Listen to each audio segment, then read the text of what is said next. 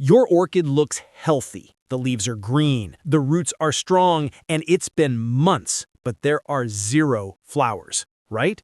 You're not alone, and it's not bad luck. It's because you're making one of the 5 most persistent mistakes that are stealing your blooms. And I'll tell you the truth up front. The biggest mistake is not overwatering or even fertilizer.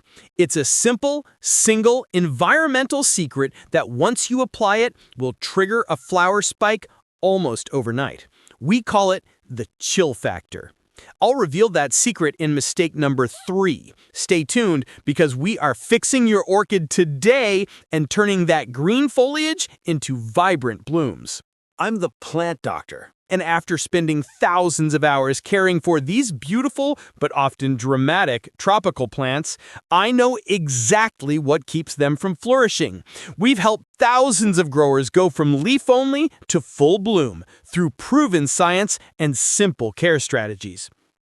The stakes are simple. Orchids are expensive, and they promise beauty. If you keep making these 5 mistakes, your plant will keep surviving, but it will never rebloom. You'll be stuck with an expensive, high-maintenance green plant that fails to deliver on its promise of flowers. Don't waste another year struggling in the dark. Let's get to the fixes, starting with the one mistake that happens the moment you bring the plant home. Mistake number 1, the dark, sad corner. Everyone knows orchids need light, but most growers severely underestimate just how much energy a plant needs to produce a flower. Insufficient light is the number 1 reason an orchid won't bloom. Period. The plant is only performing basic maintenance. It's just surviving. But it doesn't have the surplus energy needed to invest in a costly, high-energy flower spike. It's like trying to run a marathon when your body is only fueled for a nap. The fix? You need bright, indirect light. Look to the jungle canopy. Bright, yet filtered. An east-facing window is often perfect because it gives gentle morning sun. A south or west window works, but you absolutely need a sheer curtain or to place the plant several feet back from the glass to prevent deadly sunburn. Direct, harsh sunlight will divert all energy to healing, not blooming. Pro tip, check the leaf color. If your orchid leaves are deep, dark jungle green, that is a distress signal. It is desperately trying to absorb every photon. Healthy, blooming leaves should be a slightly brighter olive green. Move it gradually toward the light, no more than a foot every week to avoid shocking the plant. Now, once you fix the light and increase that energy input, you create a new and immediate problem. The extra light will make the next mistake, our mistake number 2, even more deadly. Now, that extra light helps your plant grow, but it also creates the perfect environment for problems to explode. I'm talking about those mysterious yellow leaves, the fungal spots, and the root rot that stops your blooming completely. When you see these symptoms, it's not a light problem. That's a disease and pest problem waiting to take over your entire collection. If you're tired of playing guessing games every time your orchid gets sick, if you want to know exactly how to identify, treat, and prevent everything from thrips to gray mold, then you need my ultimate guide, the Orchid Doctor's Handbook. Identify, prevent, and control diseases and pests for healthy, thriving blooms. This is not a generic houseplant book. It's a step-by-step, expert-level field guide written specifically for popular indoor orchid varieties. You get proven step-by-step cures for bacterial spots and fungal infections, plus prevention routines to build strong, resilient orchids that resist problems naturally. This book gives you the confidence to know exactly what to do when disaster strikes. Urgency alert, because I want to get this book into the hands of growers who need it most, I'm offering a 50% discount to a small first group of viewers. Use the promo code ORCHIDPRO at checkout. The link is pinned in the comments and in the description. Don't wait. Grab the Orchid Doctor's Handbook and start growing with absolute confidence today. Okay, back to the blooms. Mistake number 2, the drip, drip, drip overwaterer.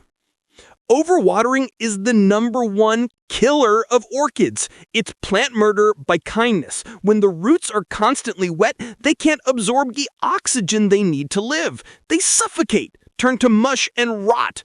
With roots destroyed, the entire plant is so stressed just trying to survive, the idea of producing a high-energy bloom is a complete non-starter. The mistake isn't just how much water you use, it's the frequency and the medium's aeration. The fix, you must allow the chunky potting medium to dry out almost completely between waterings. Forget the calendar. Don't water every Sunday. Water when the plant tells you to. Pro tip: if you have your orchid in a clear pot, which is highly recommended, the roots are your indicator. If they are a plump, bright green, they are hydrated. If they turn a shriveled, silvery gray, now it's time to water. Give it a full thorough soak, let it drain completely, and then wait patiently for those roots to turn silvery gray again. Never, ever let your orchid sit in standing water. We're 2 mistakes in, and the next one is the secret I hinted at in the hook. It's the single easiest environmental tweak that will signal your orchid to start blooming, and almost no beginner does it correctly. Before we get to that game changer, if you're finding this value helpful and you want more of these expert tips, please do me a favor. Like this video, hit that subscribe button, and ring the bell. It genuinely helps the channel grow and gets these crucial tips to more orchid lovers who are struggling. And here's the question I want you to answer in the comments right now. Which of these first 2 mistakes, inadequate light or overwatering, have you struggled with the most in the last year? Let me know below. Mistake number 3, the stable, cozy temperature. This is the game changer. This is the chill factor. Most popular orchids are triggered to bloom by a shift in temperature, simulating the change of season from summer to fall. They need a clear signal to shift from leaf growth to flower production. If your orchid sits in a perfectly stable 72-degree Fahrenheit living room 24/7, it never gets the environmental cue. It just stays in growth mode. The fix: you need a consistent 10-degree Fahrenheit temperature drop at night, sustained for about 4 weeks. If your daytime temperature is 75 degrees Fahrenheit, the nighttime temperature should consistently be around 65 degrees Fahrenheit. This cool-down period is the equivalent of a wake-up call that shouts, "Hurry up and bloom before the growing season ends." When you see a new flower spike emerging, you know you've successfully separated the casual grower from the pro. Now, even if you nail the light, the water, and the temperature, the 4th mistake will literally starve your plant of the oxygen it needs to form those beautiful roots and subsequent blooms. Mistake number 4, the old, decaying medium. Remember, orchids are not like your other houseplants. They're mostly epiphytes. They grow on trees. They need an airy, chunky medium like fir bark, sphagnum moss, or charcoal. This allows the roots to breathe and drain quickly. The mistake most growers make is leaving their orchid in the same medium for too long, sometimes for years. When the bark is new, it has great air pockets, but over 12 to 24 months, that bark breaks down into a heavy, suffocating sludge. This old, compacted medium holds too much water, completely cuts off air circulation to the roots, and creates the perfect breeding ground for root rot and fungal disease. Your roots are quite literally drowning in old, acidic, rotten potting mix. The fix: you must repot your orchid every 1 to 2 years or immediately after it finishes blooming with a fresh, chunky orchid mix. Don't just top dress, pull the entire plant out and replace all the old medium. If the mix is dark, spongy, and looks like soil, it's too late. Repot immediately.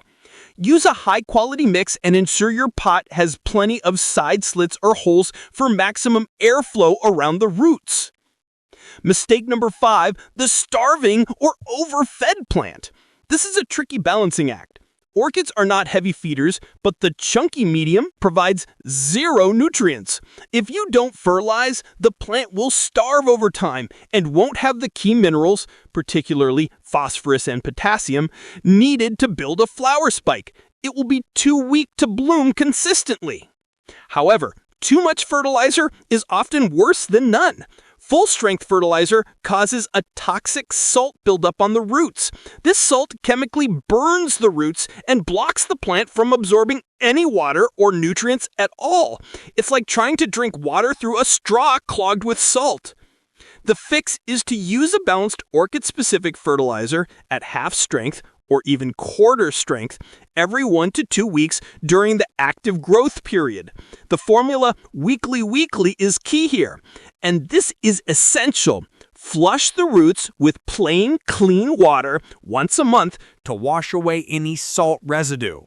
You must prevent that buildup to keep your roots healthy and receptive to the nutrients that fuel the blooms. I know what you're thinking right now. I've tried all of this and my orchid still looks sick, still has spots, still has root rot. Maybe my environment just isn't right. Listen to this. Before I got the handbook, I thought my favorite Cattleya was a goner from persistent spider mites. I followed the steps, treated it, and now it's thriving and just shot up 2 spikes. The environment is key, but knowing how to correctly diagnose and prevent the problem is the foundation of consistent blooming success. That's why you need the resource that goes deeper than just these 5 basic care tips. Recap. To finally get those perfect blooms, you need to fix these 5 fundamental mistakes. 1. Light. Give it bright, indirect light. Aim for that healthy olive green leaf color. 2. Water. Stop overwatering. Let the medium dry out and water only when those roots turn silvery gray. 3. Temperature. Provide that 10-degree Fahrenheit nighttime temperature drop to trigger the spike. 4. Medium. Repot yearly with fresh, chunky bark. Don't let the roots suffocate. 5. Fertilizer. Use it frequently, but heavily diluted, and remember to flush the roots monthly. Mastering the blooms is only half the battle. If you want to know how to keep your newly blooming orchid pest-free and disease-free for life, you need to stop guessing and grab your copy of the Orchid Doctor's Handbook right now. This guide will give you the confidence to manage every problem that pops up. The link for your exclusive 50% discount with the limited time promo code ORCHIDPRO is in the description and the pinned comment. Don't miss this chance to take your orchid care to the expert level. If you found this helpful, I made a deep dive video entirely on how to spot and treat root rot in orchids, the #1 killer we discussed today. Click the video on your screen right now to save your plant's roots and secure your next bloom.